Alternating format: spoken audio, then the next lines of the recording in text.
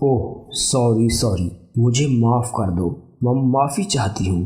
اوہ اس نے تمہارے کپڑے گندے کر دیے۔ بچہ ہے نا، بے سمجھ ہے، نادان۔ کچھ نہیں ہوا، بچہ ہی تو ہے، تم کیوں پریشان ہوتی ہو؟ لگتا ہے بھوکا ہے۔ تم فیڈر لے آؤ، پہلے میں اس کی نیپی تو بدل دوں۔ مجھے پکڑاؤ، چینج بھی کر لے گا، تم دودھ تو لاؤ۔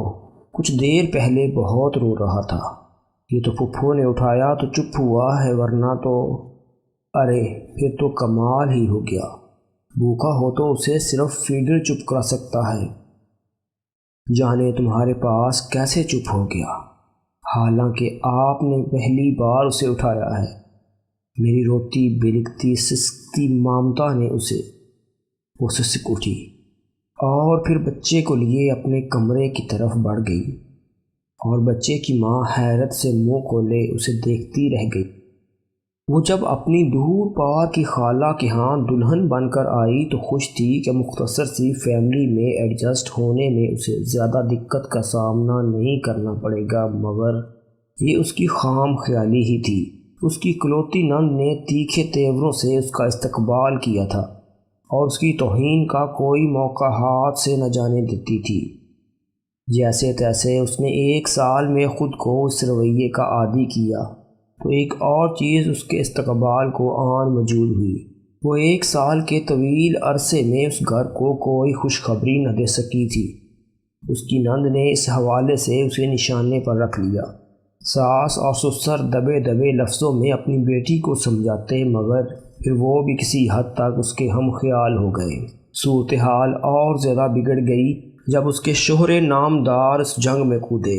وہ بیچاری بے دست و پا سب کے رحم و کرم پر تھی، کوئی بھی اسے گیپ دینے کو تیار نہ تھا کہ وقت دینے کو۔ شہر کے اچھے معالج سے علاج جاری تھا اور بے جا تنقید بھی۔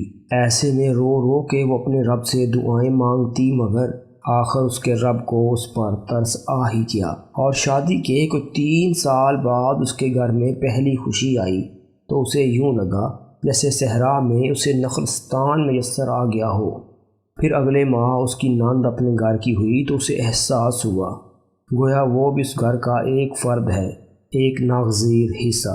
نند کی شادی کو 1 سال ہو گیا تھا، مگر وہ بھی اپنے گھر کو کوئی خوشی نہ دے سکی تھی۔ سسرال کے طعنوں سے تنگ پڑتی تو ماں باپ کے ہاں دوڑتی، لیکن آج کا واقعہ واقعی غیر معمولی تھا۔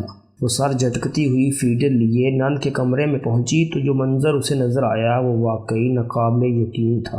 وہ قرآن پاک سر پر رکھے اپنے بھتیجے کو گود میں لیے مسلے پر بیٹھی رو رہی تھی۔ اس کے لب ہل رہے تھے، مگر آواز اتنا دھیمی تھی کہ خود اس کے کانوں تک بھی شاید پہنچ نہیں پا رہی تھی۔ وہ ٹھک کر رک گئی اور واپس مڑ کر کمرے سے نکلنے کو تھی کہ نند کی آواز نے اس کے قدم روک دیے۔ بھابھی مجھے معاف کر دو، میں نے تمہیں بہت دکھ دیے ہیں، خاص طور پر بے اولادی پر میں نے گھر بھر کو تمہارا دشمن بنا دیا تھا۔ آج مجھ پر کڑی ہے تو پتہ چلا کہ 20 کتنی بار 100 ہوتا ہے۔ ہو سکے تو مجھے معاف کر دیں۔ کرن کیسی باتیں کر رہی ہو، تم میری بہن ہو، کوئی بہنوں سے بھی ناراض ہوتا ہے بھلا؟ مجھے پتا ہے تمہارا دل بہت بڑا ہے۔ اچھا ایک احسان اور کر دو، چند دن کے لیے اپنے بچے کو میرے ساتھ جانے دو، پلیز انکار مت کرنا۔ اور اس نے آگے بڑھ کر اپنی بھابھی کو گلے سے لگا لیا۔ پھر کوئی 10 دن بعد اسے کرن کا فون آیا۔ وہ بے قرار رو رہی تھی، ہاں مگر یہ خوشی کے آنسو تھے۔ اس کے رب نے اس کی سن لی تھی، اب کوئی اسے بے اولادی کا طعنہ نہیں دے سکتا تھا کہ اب وہ بھی امید سے تھی۔